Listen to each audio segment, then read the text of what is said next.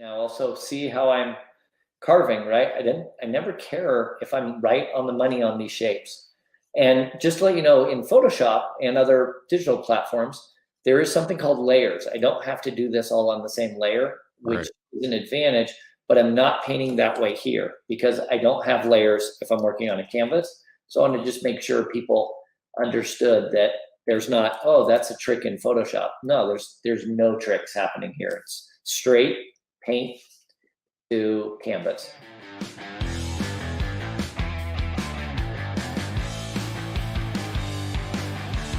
You were in for a treat today. You're going to meet somebody who became a legendary painter and then gave it all up to do something completely different. You're going to learn about it today. Welcome, John Burton.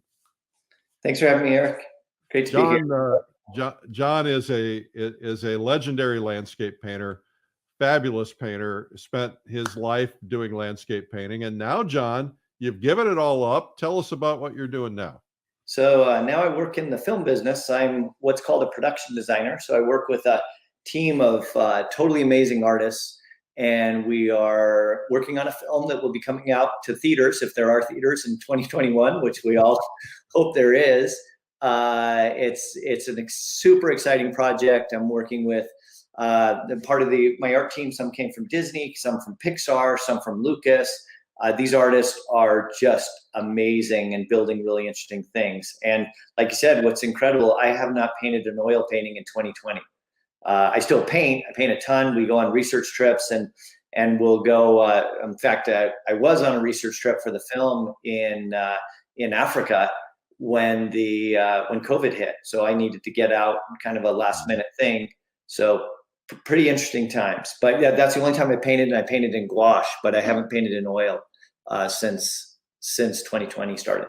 Well, and I knew you had kind of given up on oil anyway, and you were kind of devoting your life to gouache, which is a great medium for illustrators and designers anyway. So I'm curious, we're going to learn all about this. And what are you going to do for us today? So today I brought up a bunch of photographs, and I thought what we'd do is some value studies and color studies. And what I will be doing, because in the film business, I work far more digitally, but all the concepts are the same, right? The same as if I was working in oil or gouache. But I think the speed in turnaround and how to do a study and how to get color relationships ready to build, like if you're ready to build an oil painting, how can you do that in a digital medium? Whether it be Photoshop is pretty high powered for something like that, but even if you're working on your iPad, I can give suggestions on how to do that. Okay, that's terrific. All right, we're looking forward to this, and I want to learn more about the film and anything that you can talk about. I know sometimes things are a little hush hush, but we'll be back in a minute. Sounds great. One of my favorite things to do, John, is I oftentimes will go to animated movies. Because I'm a dad, I went to animate hundreds of animated movies over the years, and probably less apt to do so now that they're in college. But oftentimes there's a movie where the sets, the light, the color, everything is just so spot on.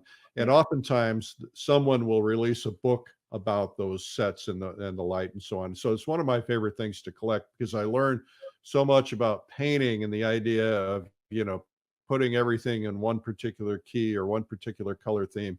So you're essentially, as a production designer, you're kind of responsible for that entire process. Is that right?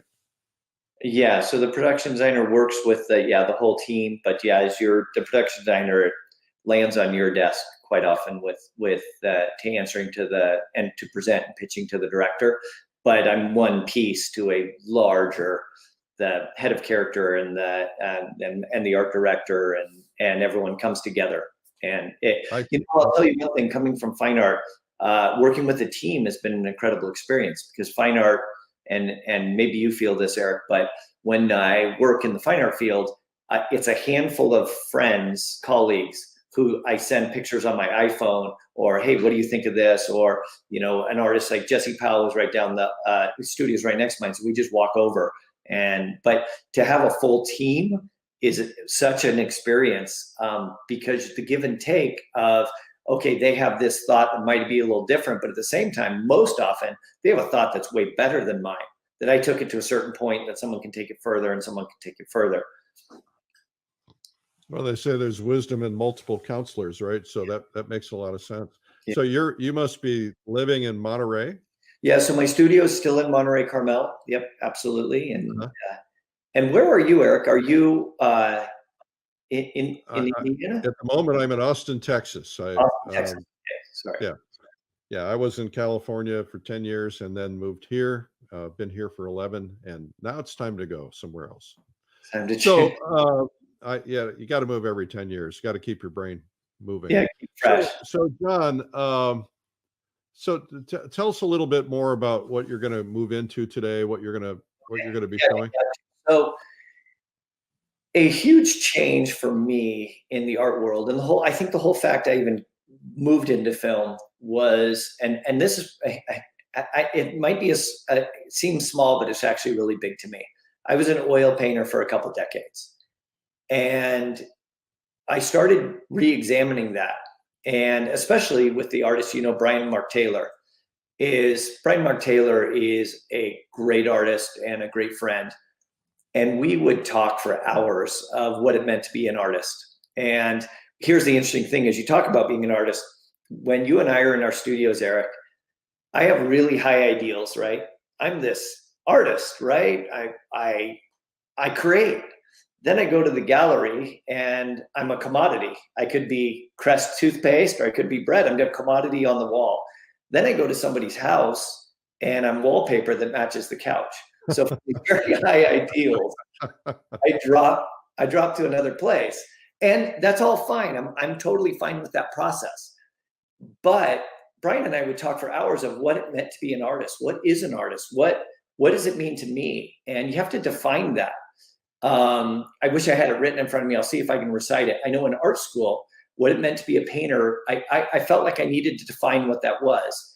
And it was to the effect of painting is the internalization of, I wish I had it written, but I'm going to try and remember my quote. Painting is the internalization of beauty and then conveying how you felt in a poetic way. That's what painting was. So it was my guiding light was, one, I need to internalize. So I needed to get outside to internalize it, because if I was always looking at photo reference, I wasn't internalizing it. I was hearing AM radio instead of a full Bose sound system, that I wasn't getting enough. That was one piece. But then I needed to convey it in a poetic way, which meant once I internalized it, I wanted it to come out poetry the other side. I didn't want to be a camera. We have a camera. So there was a realm of what I wanted. And by the way, this isn't the definition for everybody. This was my definition. And then a few years ago in these discussions with Brian, I changed who I was. And when I changed, I became a shape maker. And I said, I'm not an oil painter. I'm not an acrylic painter. I'm not a gouache painter. I'm not a digital painter. I'm a shape maker. And when I became a shape maker, it changed how I looked at everything, because I reduced the high idea of what I was in my studio to what I was in the gallery to what I was in the home. I said, what excites me the most in other people's paintings and what excites me the most in my paintings? And it was good shape distribution. I came to the conclusion it wasn't anything else. Like for me personally, it was shape distribution. And when I decided it was shape distribution, I no longer cared if it was oil, which I devoted my life to. Then I started painting in gouache, and then I started painting in acrylic, and then I started painting digitally and saying, okay, how do I get the best shapes? However I do that, and then the film business, that door opened and I went into there. That's the place I feel like I can make the best shapes right now. So anyway, that reduces it from where I was to where I am. Well, it's interesting how the film business, especially on the animation side, has embraced the arts community as well. I know that Brian and other friends of ours have been brought in to do workshops, to do demos, to work with animators to help them get them outdoors painting so that they can really see light and form differently, because I think that really informs it. So it's really nice that you're in a situation where you can really influence so many people. I mean, you're bringing art to different walls, really. I mean, millions of walls. Right. You're right. And it is just one more form, and they are both art forms. What's interesting, I think, because of social media, that we're aware of each other a lot more. I think the fine art used to stay in one lane, and the concept art for film used to stay in another lane. But now everyone's becoming more aware of each other and connecting. And Yeah, just we actually had, we've been doing these virtual conferences. We did plein air live, we did realism live, now we're doing watercolor live. We actually had people from the film industry who attended, who are artists in the film industry, who wanted to, get more informed on certain. The plein air live was the one that most of them attended, but get more informed on what these great artists can offer them. Speaking of a name that comes to mind when you said that is Mike Hernandez, who Yes. he has really crossed over. I mean, he is a huge name in the film industry, and now in the fine art industry, I'd put his paintings up with anybody. He is just a fantastic painter, and a good friend of mine. Yeah, great guy. We did a video with him, and he's terrific. Well, why don't we let you get started? I don't want to eat into your time. Okay. I'm gonna pop off screen, and then you've got another screen here. I'm gonna add in, and super. Okay, so I'll be working on here. I did pull up Facebook Live. Oh, I can't hear you anymore, Eric. Oh, you should be able to know. There we go. And I can now. Yeah. So I pulled up Facebook Live on my phone. So I'll occasionally, I can't promise I'll look a lot, but I'll look occasionally, see if there's a question. I want to make this as interactive as possible. I can do that for you. I'll monitor comments, and then when you get questions, I'll just read them in. I'll also tell you where people are watching from. Okay, super. Let me pull up. My apologies. I want one more thing up on my screen to show you, and I thought I had it. All right. Meanwhile, hello, Denmark. Snowy in Spokane. All right. Got Alaska. All right. Okay. Well, I will actually wanted to start here, even before I show some of my images. Let me just take you on a little trip of some of my friends / heroes. Can you make that screen any bigger? I sure can. Yep. I've made it as big as I can. There you go. How's that? That's great. Thank you. So I just want to go through a couple artists and their effect on me in the world. This is Scott Christensen, and talk about a shape maker. He is so interested in shape, and even if you go to any of the places that he's painted, I do think that it's interesting how he conveys the place, and you go there and like, well, that rock's not exactly that rock, but he gets the feel and the taste of what it's like because his concern in shape. This one's a little large, my apologies. Another Scott Christensen. Matt Smith, another fantastic artist who underline has all that same shape making, but he has also this delicate hand in how he handles like the foreground and things that he handles bushes and things that are like smoke and still is able to grab onto them. Another great friend, Jesse Powell. We have studios right next door to each other, and has certainly influenced me. I actually am lucky enough to own this painting by Jesse. Larry Moore.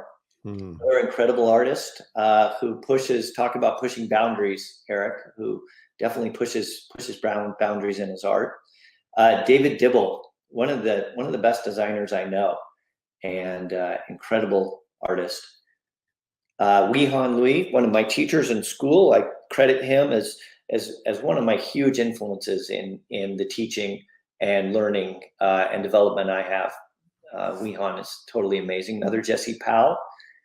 Another David Dibble, another Mian Situ, another great friend who has completely influenced me with the way he handles value and shape. His drawing skills are off the charts. Mark DeLassio, I wish I had a better image than this. Another good friend who is if you ever get a chance to paint with him live outside, it's marvelous. Another Mark DeLassio. And Matt Smith, another Mian Situ. I mentioned Brian Taylor, one of the masters out there. Brian Taylor, the way he creates these, and he's just an amazing artist. I want to show that when we talk about the shape making, that this is his fine art, and there's Scott Christensen, and now here's his science fiction art, where he's just interested in creating shape. I want to go back, look at the same artist creating that, and using all the tools and all the knowledge to then create this. Yeah. So, Yeah. all right. And then one more Larry Moore. I own that one. One more Me in Situ. Wihan, Gabor Svagrik. And I think that's it. Let's get painting. So, All but right. Those are all fabulous artists. Thank you for that. Yeah, I think it's important to share the artists that influence me, because I don't only look at deceased, I look at my friends. And I was talking before, these are artists that I could send an image to and ask questions. And I highly recommend in life, if you can find those artists who you can connect with and bounce ideas off of, because the value in getting your art to a higher level is immeasurable. If you could leave me just a minute in the end, I do want to get into painting, but I would like to show a few images. I just have to find where it is, of what I'm working on in the film business. Okay. I think that would be worthwhile. So, okay. So let's first talk about the top left image that you can see here and I'm working in Photoshop. I was discussing that, Larry, I'm working on a Cintiq. For those who don't hear, so you can see me from the side. I'm working on something called a Cintiq, which if you can you see me and see maybe the angle well enough? Maybe not. Hang on, you want to be on camera too? Oh, no, I don't need to. Okay. Never mind. I thought I could see myself, but I'm in backstage. No, I'm good. I don't need to. Okay. All right. Is that I'm using a stylus, which is like a pen, and I'm using it I'm actually drawing on a screen right now. Yep. So, but for those of you who don't know, this is a high level, I'm using Photoshop, which has taken me quite a while I feel like I hate to use a word, but I feel like I'm kind of an expert on it now. I really understand how the program works. But at a lower end, if you had an iPad and you can get either Photoshop for the iPad or Procreate, you can do a lot of the concepts that I'm doing here. So I want to start by, how do I see these images? So if let's start with this. Maybe that would be the now, best. keep in mind, John, if there's any way to make these any bigger, because people are watching on their phones and their little screens, it's going to be tough. I'll do it a little bit, but I will share, Eric, quite often I start as small as possible. Okay. All right. Makes sense. But the reason I start, and I'll show you why. If I'm looking at this image right here, okay, it's kind of the forest of the trees. If I look at it too close, I get too concerned with rocks, and I get a couple values in here. So you're going for big shapes. Yeah, big shapes. If I claim to be a shape maker, I'm always talking about that. Let me get on a new layer, or actually I'll do it right. Hold on one second.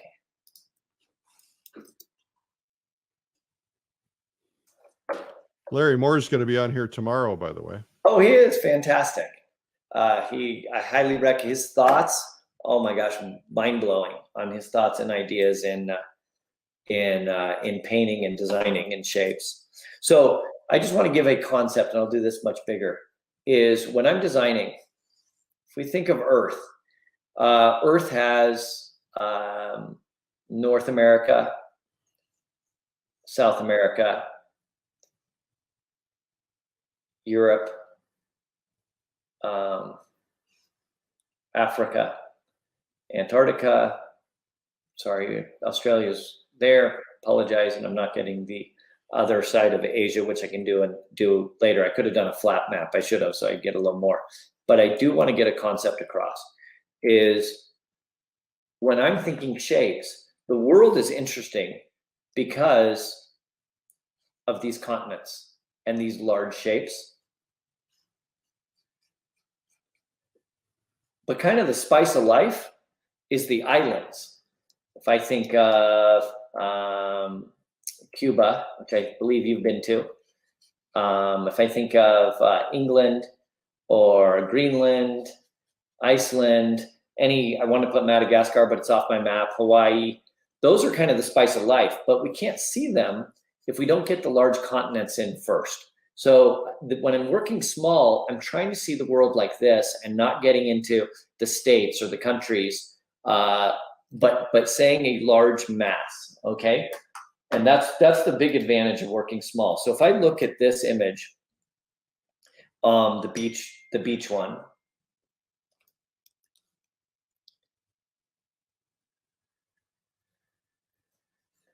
and I come in here with some value, right? There's a big advantage because I'm going to find ways that I'm probably going to connect those shapes that I wouldn't connect otherwise if I wasn't working small. So it's the same. And do you want to explain why connecting shapes is important to you? Yeah, thank you for asking, because it helps create structure, and not only structure in your shape, but structure in design. That if you do not, and you don't have to connect all the shapes. I tend to want to connect either the lights or the darks. And once you connect those, it helps unify an entire design. So you can see as I stutter a little bit once I start painting, because I kind of get in the groove and the thought of what's happening. But here's some big shapes, and I'm going to refine these more later. But that is how I would end up seeing that. And but when it reads great. And when I see that, now I'm going to look for maybe shadows in the water, and then I can carve. I'm a big fan of carving. And what carving is coming into the shapes, putting them in large, and this is, I do all the time with oil painting, is I don't accept my shapes when I first put them in. I have a mantra, and my mantra is, I may not be right, but I am certain, which means I need to put it down right as good as I can with as much confidence as I can at the start, but I know I'm not perfect, and I know I'm going to be doing corrections. So put it down, I may not be right, but I am certain is a way of saying, put it down with as much confidence as you possibly can, and then you can always come back and redesign. So you can see in this one, I'll go in red, I have taken a path through my darks that come close to connecting. Now, since they're not exactly, I can do some small tweaks that connect these up and can give a little more solidity of form. But you can see the carving in, I believe, is what really, when people talk about a painterly look, the painterly look, I think, comes out from this carving. You know, we quite often want to say, kind of give up, like, okay, we got it, it's good enough now, let's just leave it. So let me do one more. We'll and that's, I think that really reinforces the idea of doing just a black and white study, a no tan or something like that early on, because if you don't do that up front, you don't really know where you're going. Do you do it at all, or do you just lay them in like this? No, so I go straight to color when I paint color, but I am a huge fan. I'll do a pitch for Portland grays. If you're working in oils, buy Portland grays or buy Gamblin. They come in Portland gray light, medium, and deep. And the colors that I put here off to the side they mimic that. The reason I would say do it with Portland grays rather than just using a grayscale with black is because there's a temperature bias that as you keep adding white, it keeps cooling. But if you use Portland grays, there's no temperature bias. They all sit within the same temperature. So that doesn't bother your eye. Like what I'm painting right here, when I say temperature bias, let me show you what I mean by that. Is if I was going to paint a painting and I had my whites that kind of fell in this pink area, and then my middle value fell in a little bit of a bluish value. Now, I'm going the extreme. If you're working black, it doesn't quite do this, but it will work in a certain temperature. So what ends up happening is your eye gets too caught up on the color instead of worrying about value. Yeah. So yes, you can do this digitally, or you can use Portland grays, or you can do with just black and white if you want, but the Portland grays really hold value a little better. So if I want to make sure I understand this, you're saying that you'll block in your paintings with Portland grays before you do anything else? No. What I will do is do just small studies. I will take if this was my canvas, what you're looking at here, it would actually have tape everywhere there's white. And I would do studies from 3 to 4 inches in that range to 4 to 6, that size. And I would do Portland gray studies. I see. Okay. within there. I'm actually going to look on my computer, and it will take 1 second. I may have a study that I could share with you. Somebody should put Portland Gray from Gamblin in the comments section, please. Yeah. Hello, Costa Rica. Welcome. Do I have? I don't have a Portland Gray reference, but I do have a taping reference. So I'll just show you an image of how a second thing that I would recommend. And so this is only on my easel because I was just taking the tape off, but these were painted on location. I just close to where my studio is, but these are all about they're not quite proportionally, but they're like 4x6. And one thing I'd like to teach today is not only some concepts, but quantity. That if you're going to get outside and you're going to paint a 12, 16, 16, 20, and you can only do one a week and then you're exhausted, or you can go out and do 1,000 4x6s or 6x8s. I strongly recommend. And this, I just put it on one canvas, and this was all one location. I just turned left and then turned right and then looked straight ahead. So I got 3 paintings within about, I don't know, maybe an hour. And I always think of that. This is how I always look at it. I was 3 paintings better after this, right? Yeah. They might not all be successful, but I had certainly learned. Well, and they're going to inform you in other ways. One of the things I find frustrating is, you get on an airplane and you go to a beautiful place, and then you spend, a half day doing a single painting, or maybe two or three a day. But you could, there's so much more you could get, if you took that attitude and just did a lot of little ones. Yeah, when you say that too, when I travel, I can't paint big when I get there, because I think maybe you get the same air because you're so excited. Like I know you've been to Cuba, or when I've been living in South America or traveling in Europe, it's like I can't paint a big one. I just have to kind of get a few paintings out of me because I'm so excited to see the places. Yeah. So, okay. Now I do want to share, because when I pulled up the black and white, I think it might be interesting to see, like, here's an example of that same scene that I just did the oil painting of. That now this was created digitally, so I can come in and just do a painting once I'm back in my studio of kind of the memory of what it was like, and enhance and pull color and move things around. So this was just one pass at it, but this was the same. Everything you're seeing in here is the same method that I paint in gouache or in oil, and it's working about shape and color relationship. Actually, I love that, because it's a great way to kind of figure it out before you start opening up your oils. Absolutely, in a time cost-effective way, meaning you haven't invested that much time in getting it out and putting down things, because you have Control Z. If you don't hit something right, you can always erase and go backwards. We have Control Z in oil painting. It's called a palette knife. It's a rag and a palette knife and turpentine. Exactly. So, okay. So moving into the ideas and concepts here.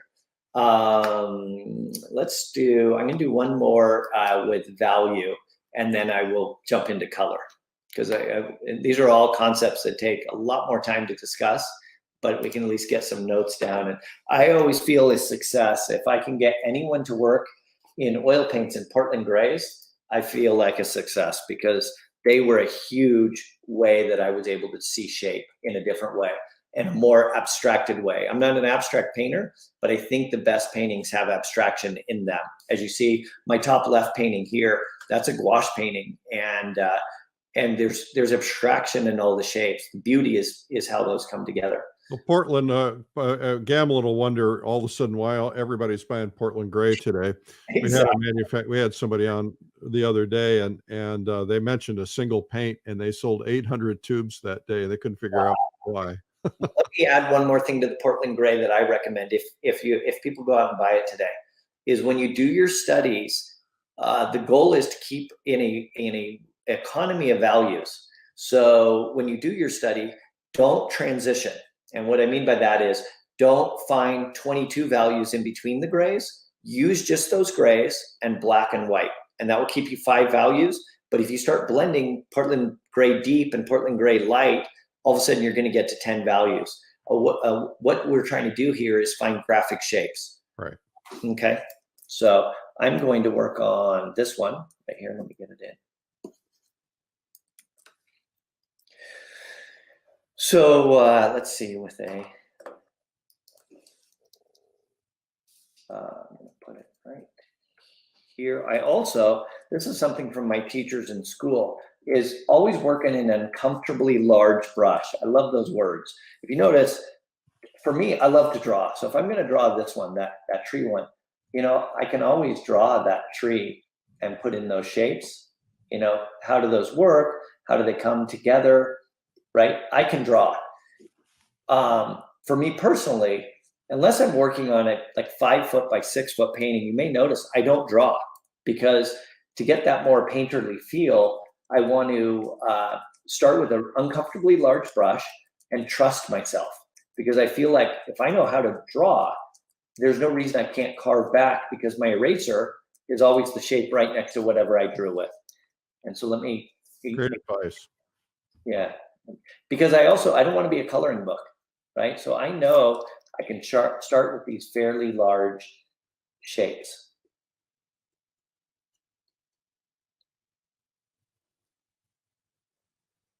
And this gives me, it's big picture ideas. That's what I'm looking for, is these big picture ideas.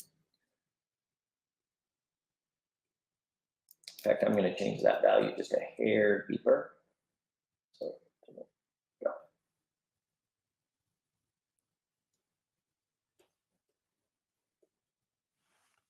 That's very helpful. Oh, good. It's helped me a ton.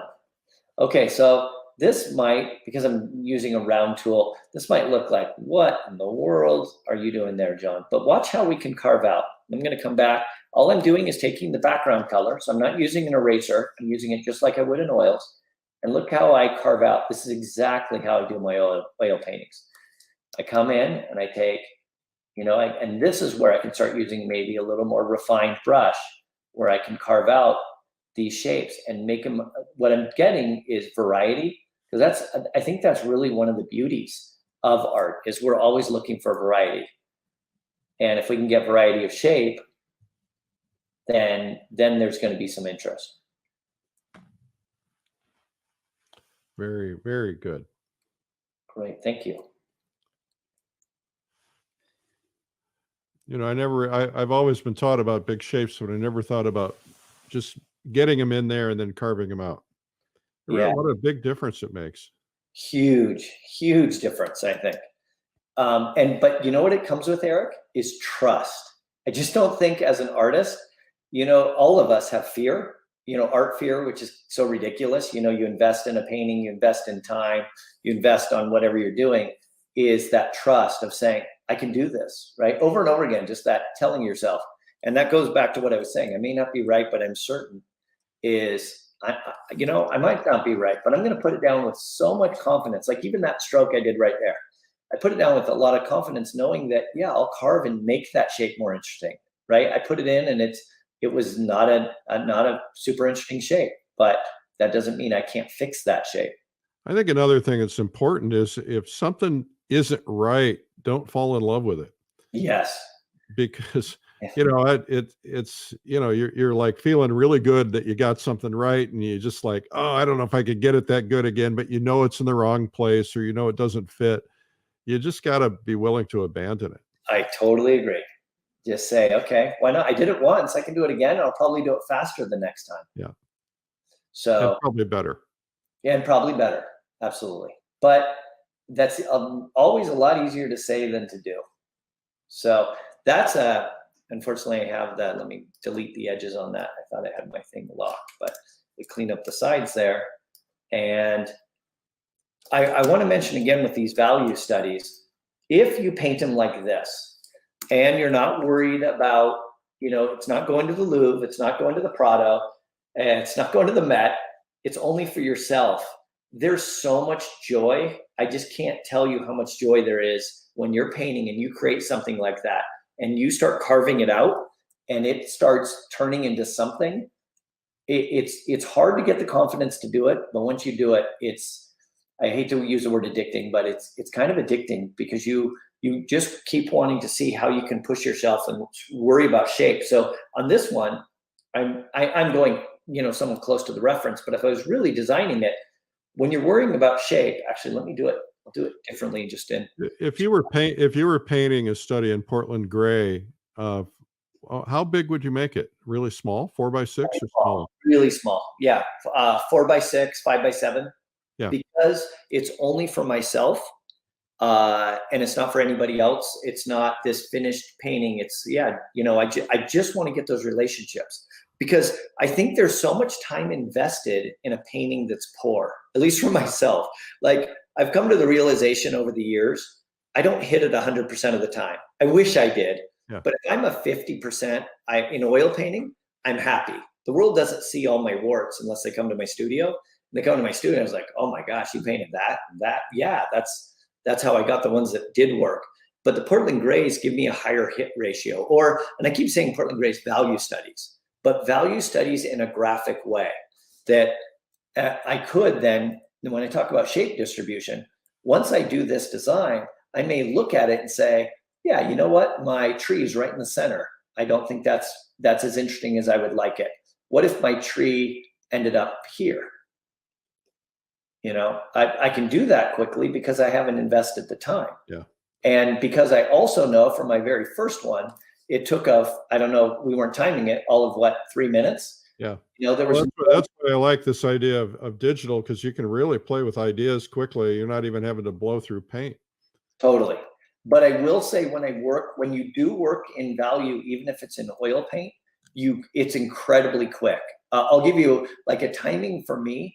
I can get 6 to 10 of these a day, which is pretty fast. So one thing I like to do, I call it my art calisthenics, and I'll come in and start my morning and do like 5 Portland gray paintings and or value studies. I keep using Portland gray, but value studies. And once I get those value studies down, those are something to build off. I can then sit on those, and as I start building a file of all those paintings, it gives me something that one day I come in like, oh, I really like that design. You know what I mean? Instead of just every morning starting saying, this has to be great. Well, the chances of me waking up and just hitting it every day are so slight, where my chances are they're going to be much higher if I do 50 and then pick my top 10. So, okay. So I'm not going to refine that, because I'd like to move into a little bit of color now that we. Yeah, you got about 8 minutes. 8 minutes. Okay. So I do want to, so I don't miss that time, I do want to look real quick while you're looking at that and show just what I'm talking about with, let me see real quick if I can find.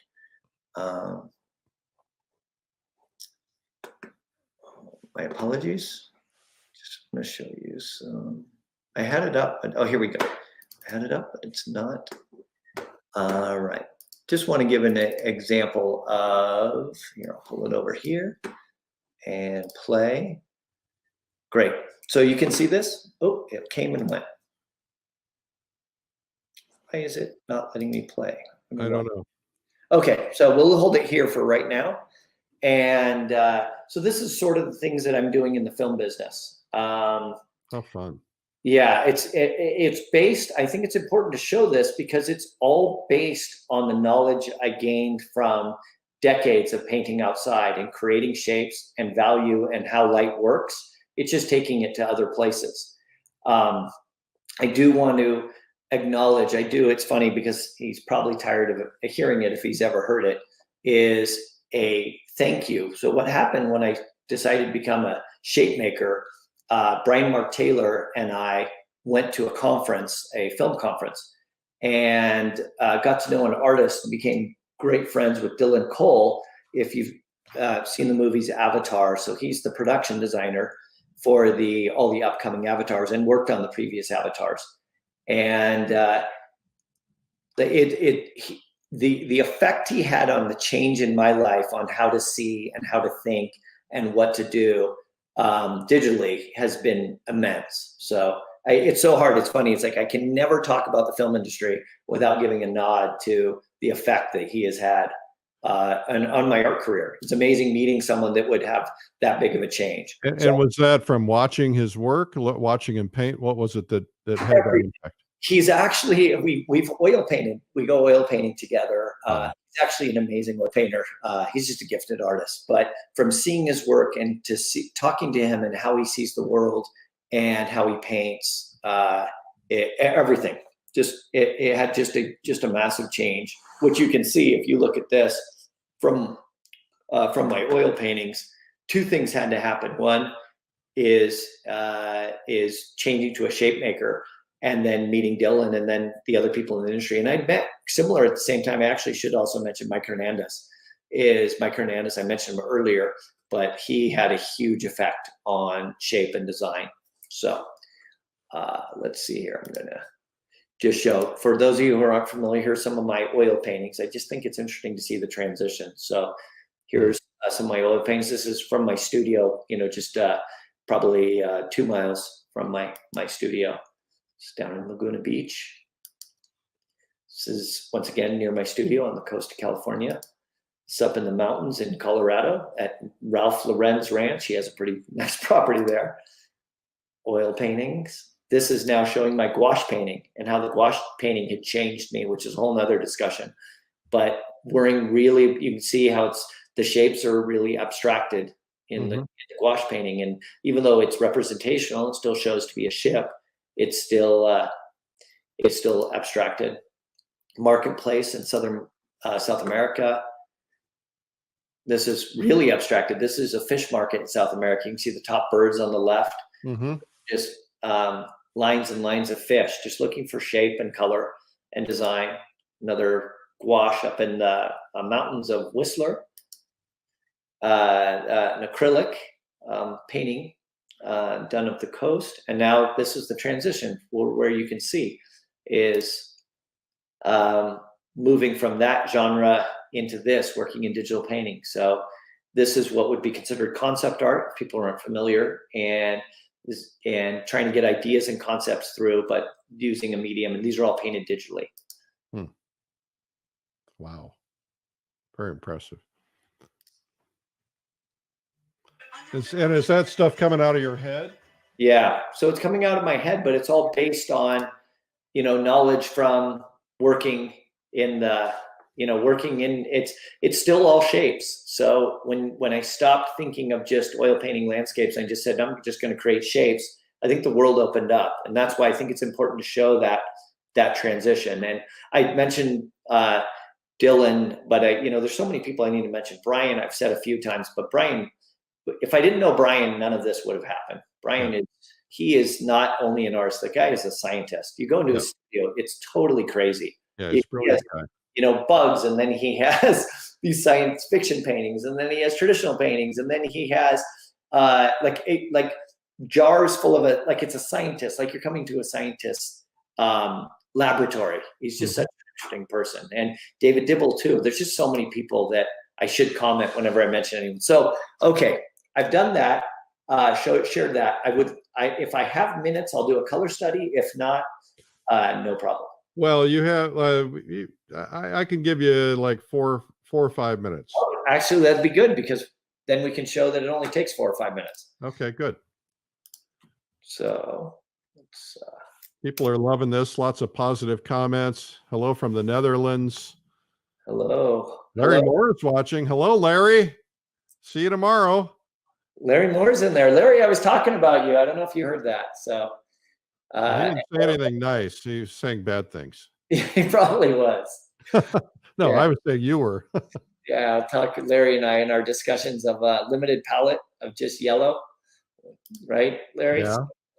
Okay, let's do which one should we do a color study of? Maybe the Mountain Scape. So let's take this one. We'll bring it closer. So this is also something I think is important for everybody, is painting from a reference, from a photo, from life. Now I'll zoom in on this, Eric, since you had asked me to zoom in. Actually, I'm going to grab a different one, I think. Let's do this one. I'm using my 4 minutes on just moving it. That's unfortunate. But whenever you're painting and you're looking at a scene, you have to remember there is a moment of memory that you're memorizing what you're looking at, and then you're painting. So if you're not facing your painting, you're probably not going to do as well because it takes memory skills. So even right here, as I'm going to work on color, I don't want to be remembering that color as I work across my canvas. I want to put it right next to it because it's only going to help me. My memorization time is so much smaller. Can you can see my palette on the right here, right? Can you see? Yeah. Yes. Yeah. So I believe color lives in the middle. So I don't want to paint here. There's no temperature. I don't want to paint here. There's no temperature. I want to paint somewhere in between there. And that's the same with on my palette. I don't paint with white. I don't paint with straight black. You know, it always has a temperature variation. I'm going to run out of time. I know it. I'm going to go long. That's okay. And we might get cut off on a couple of platforms, but I'm going to extend. Okay. Well, I'm going to just show how quick you can just put in a color study. Yeah. This isn't hours. This is moments. And trying to, it's all about relationships, right? Just like life, it's all about relationships. And let's see here.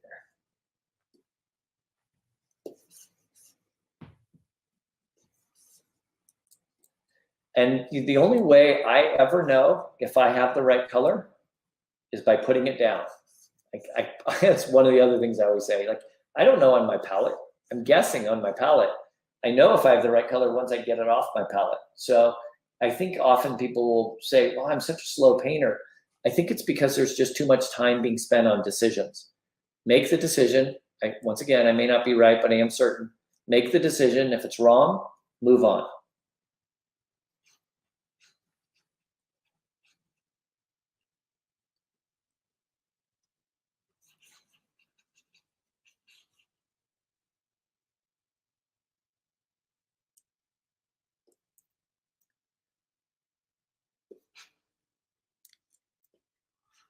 Now also see how I'm carving, right? I never care if I'm right on the money on these shapes.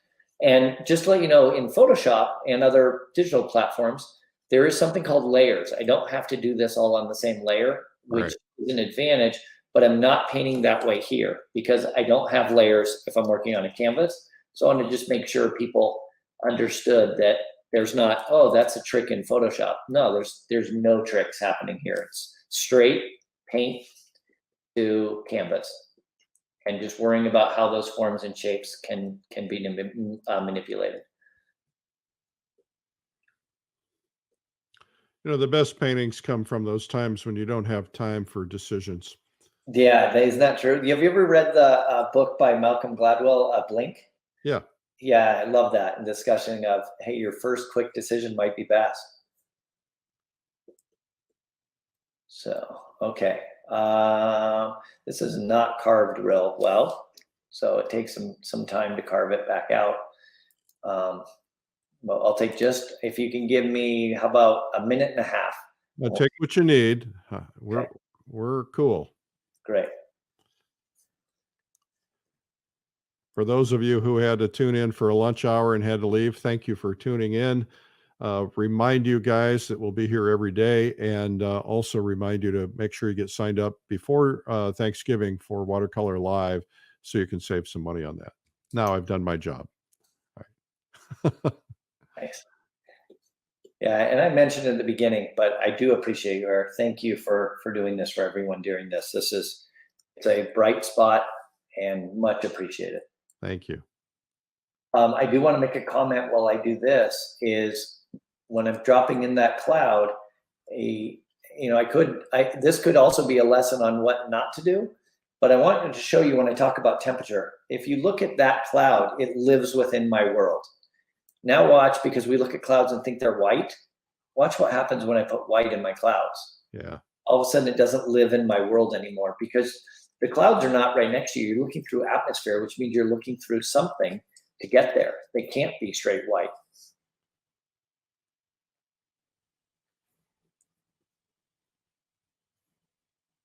Oh, wow. It's interesting. I love everything to do with design, art, everything, but something called simultaneous contrast. watch this. I'm going to color pick because you can do it here. I'm going to grab that color and I just put it down here, as you probably saw. I thought the rocks were way too bright, which they are. So I thought I would grab the cloud because it was so much darker. But in reality, it was the exact same value. It was just a contrast between the darker value on the ground and the contrast of the color variation. Yeah. So those are interesting things to play with.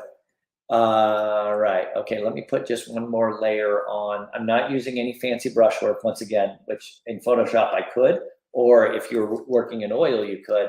This is a round brush, so it's not going to give me any benefit of the doubt on shapes, right? All I can do is carve. It's my one option.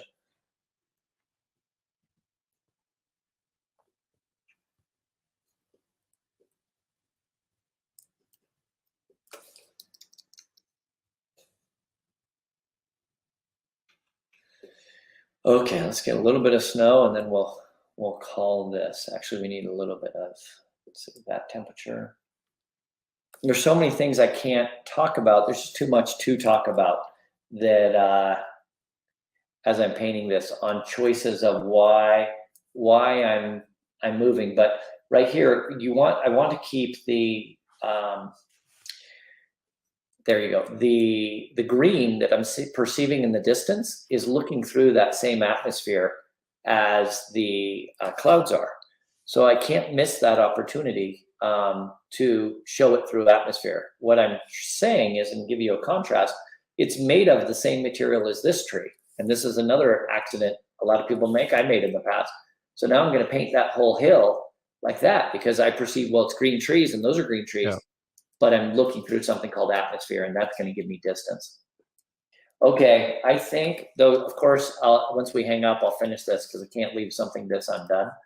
But I think this at least gets some of my ideas across. Go ahead and finish it.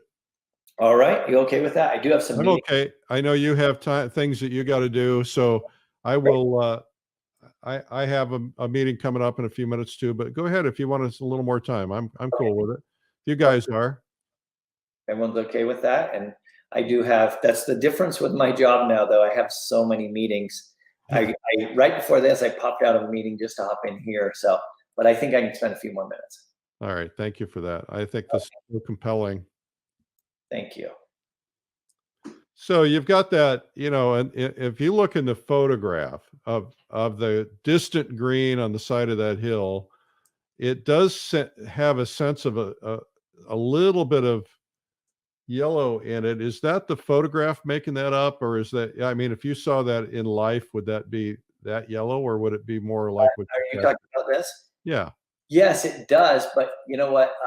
Here's a super interesting thing, I think. So yes, there is yellow. And these are all things I can't talk about because I'm just working too fast. So yellow is the weakest wavelength in the physics of light. Right. So that's why things are being reduced, which is so interesting.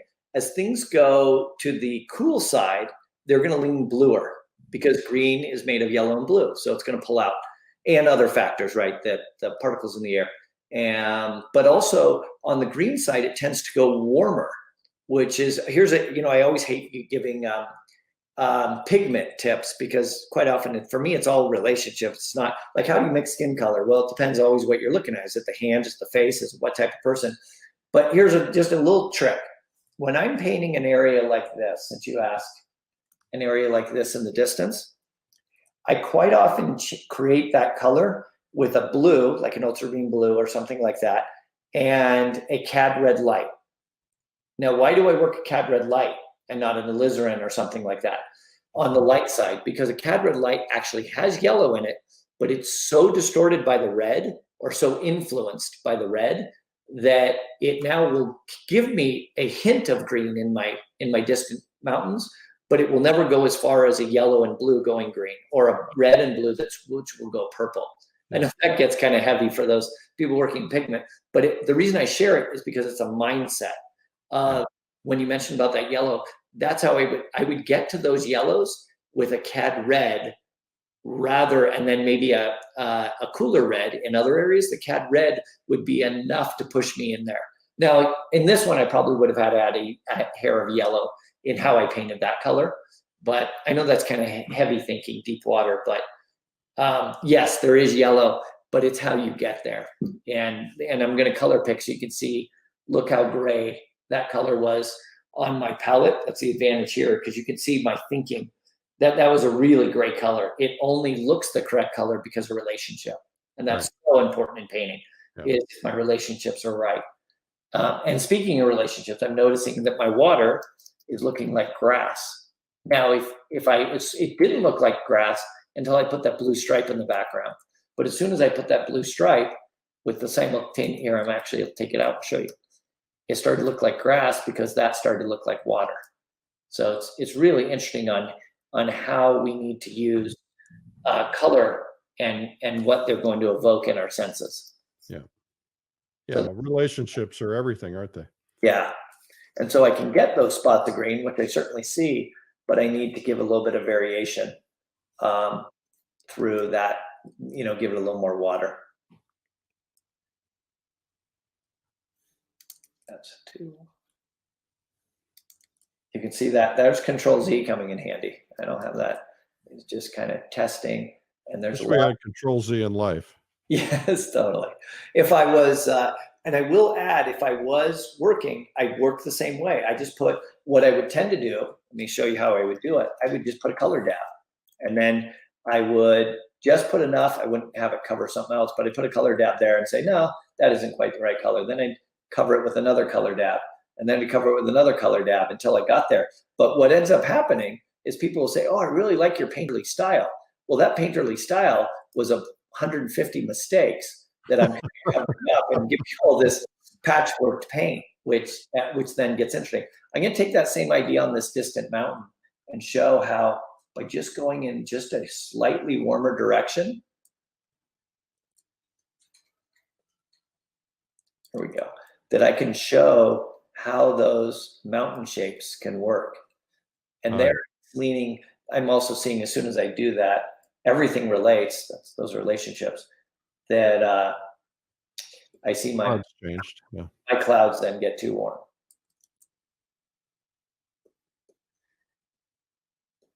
There we go.